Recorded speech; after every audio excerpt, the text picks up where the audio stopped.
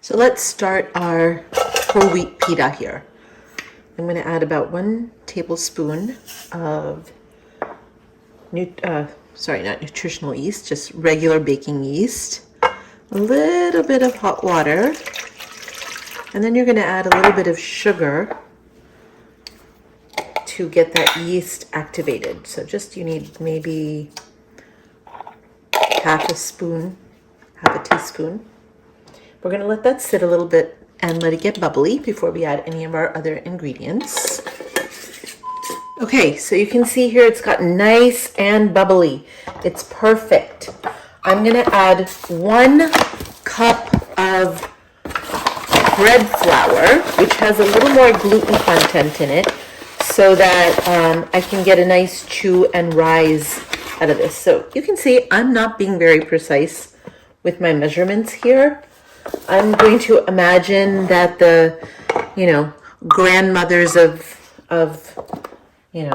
years before weren't measuring in their precise measuring cup, even when they were making their pitas. So here we go.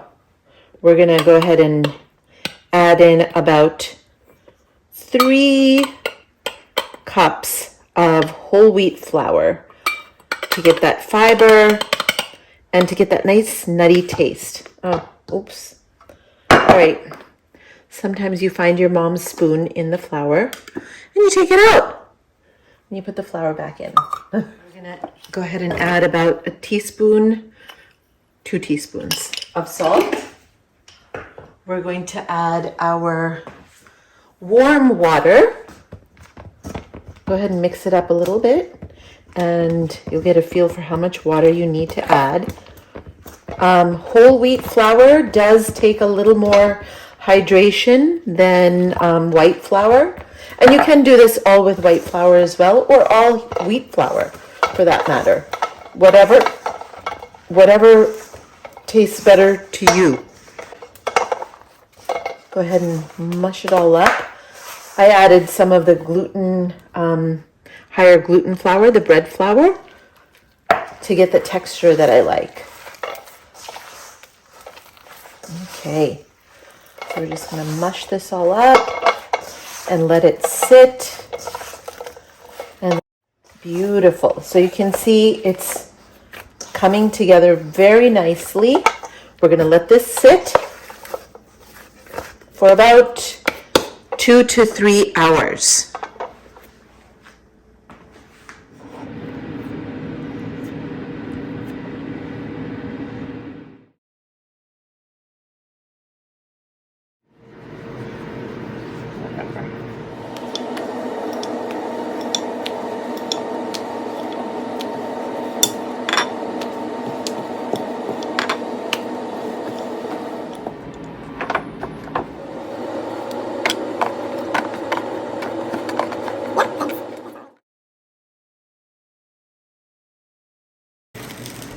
Okay, for the tzatziki, we're going to go ahead and grate our cucumbers. So here we go. We've got our nice little grated cucumber.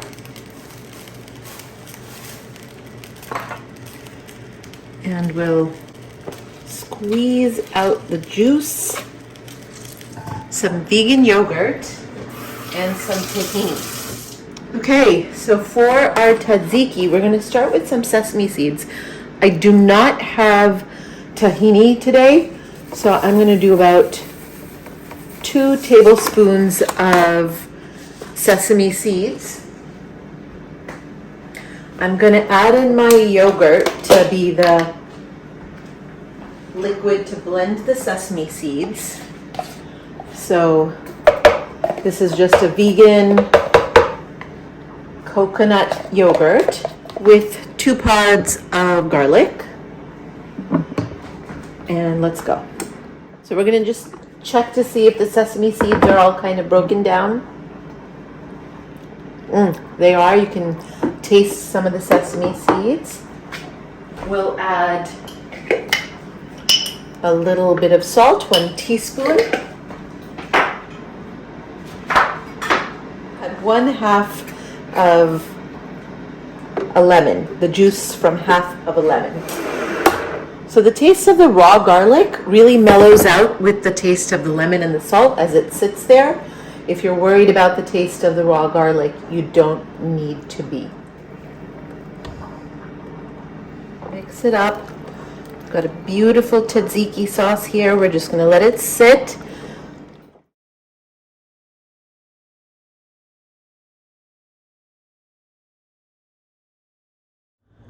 Okay, for the quinoa, I have here my drained and rinsed cup of quinoa, 1 cup of water, and we're gonna let this boil and then cover it. So you kind of cook it just like rice.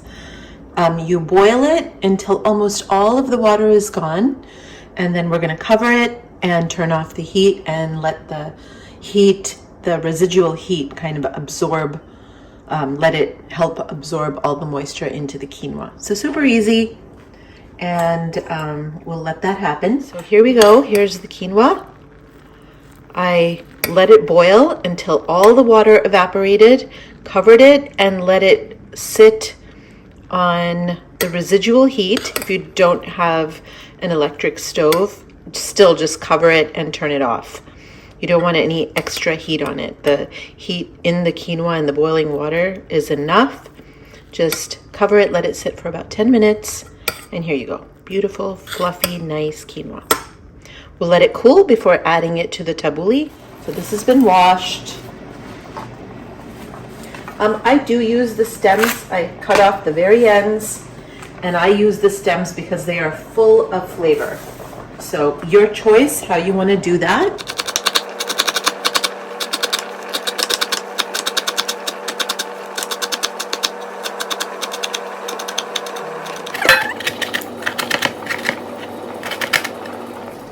Go ahead and throw them into the bowl.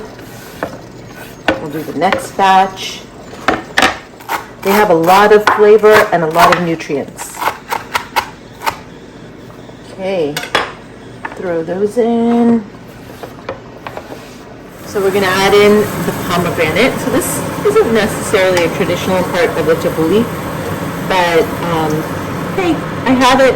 It looks beautiful. I'm going to add it. We're going to add in the tomatoes and cucumbers next. Half an onion. You can do a red onion or a white onion. I happen to have a white, so I use that.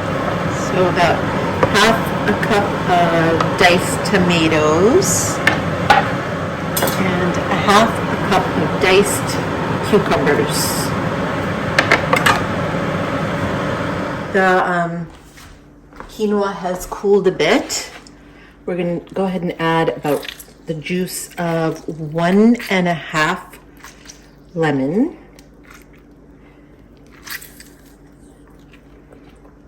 I like it lemony, tangy. I'm going to add about 2 tablespoons of olive oil and about 2 teaspoons of salt. I'm going to add some black pepper. So dill is a frequent visitor in this. My son hates dill, so I'm not going to be using it. You can add dill to this. So go ahead and add about, I'm going to add about a good cup of cooked quinoa, or if you're using bulgur into this. Mix it all up, and you want to let it sit. You want to let the flavors kind of mush into each other. Let them come together. And we're going to put this in the refrigerator, let it hang out until it's time to eat.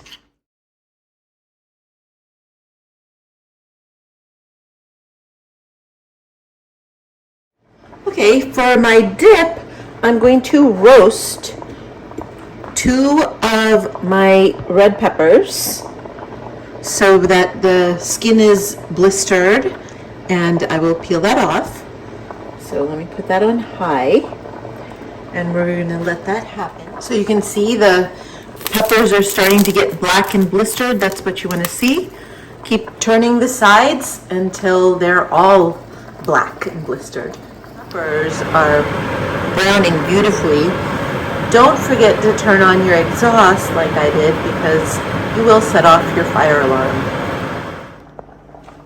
Okay, we're gonna go ahead and peel these.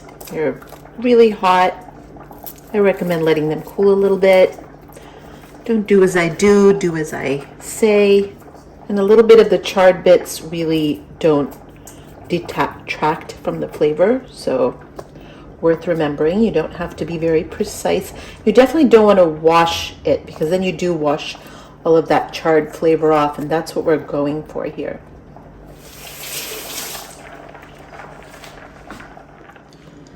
Okay, for the dip, 2 charred peppers, about half a cup of, that's more like 3/4 of a cup of walnuts, raw walnuts, about 2 tablespoons pomegranate molasses, plenty of extra virgin olive oil. I'm going to say that's about half a cup right there, and we might need to add more. We're going to add in a couple of pieces of day-old bread. This is sourdough. You can use whatever you have on hand.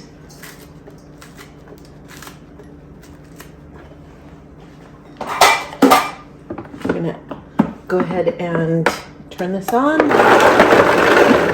We'll add a little bit of heat, because I like heat. So delicious. So we're going to add in about 1 teaspoon cayenne. And let's go ahead and add in the salt right now. So about 2 teaspoons salt. So you have this sweet, nutty, slightly spicy dip to go with everything. Okay. Let's go ahead and put this in here.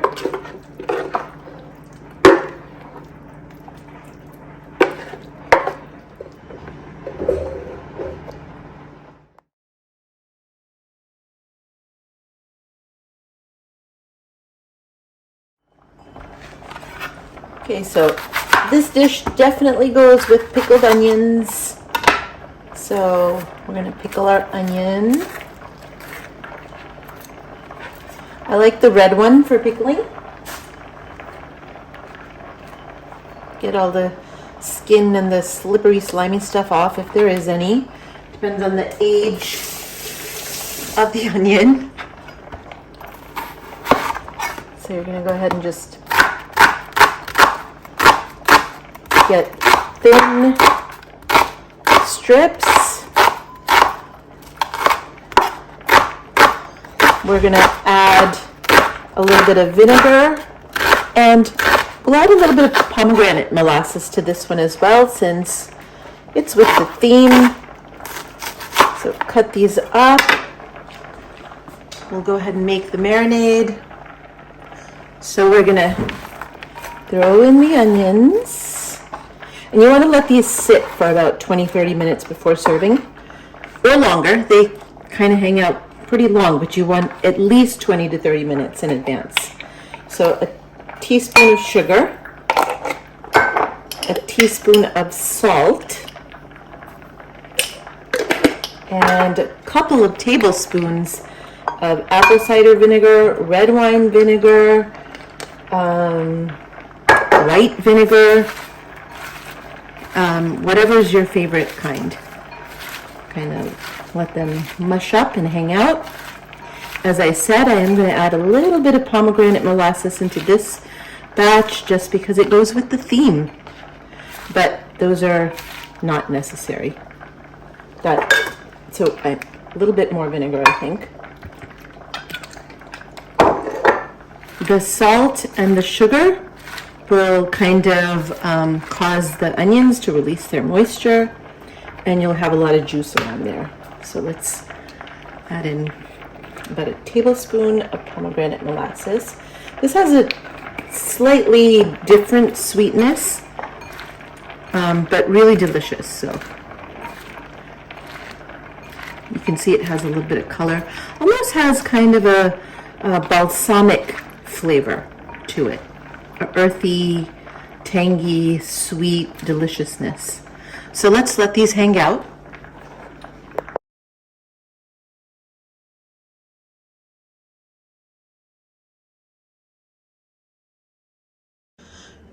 Okay, to start the falafel, we're going to add about 4 to 5 cloves of garlic. We're going to do about, this is about 1.5 cup of soaked garbanzo beans. And then 1 cup of parsley. We're going to add about 1 teaspoon of cumin seeds. These help digest beans and make the nutrients a little more bioavailable. So we're going to go ahead and completely pulverize this. So I forgot to add the salt. We'll go ahead and add 2 teaspoons of salt. Put it back on. All right, perfect. So let's see what we got now. And yes, perfect. Something like this that'll hold when you stick it together. There's still a few pieces of parsley in there and maybe a chickpea or 2. This will cook when we fry it up. It's been soaking long enough. Here's what we have. A nice mush. Perfect. So we are going to deep fry these falafel. You can do them in the air fryer, but they come out a little bit extra delicious deep fried. So on medium-high heat so that the center cooks through all the way. Just create small pieces, roll them into little balls, and throw them into your fryer. Let them get nice and golden brown so that they're absolutely delicious. So here are the fried falafel and the baked pita. And I did make a little bit of beet salad on the side with pomegranate just for fun. But here it is all assembled and ready to go into your belly. Comes out fabulous. Enjoy.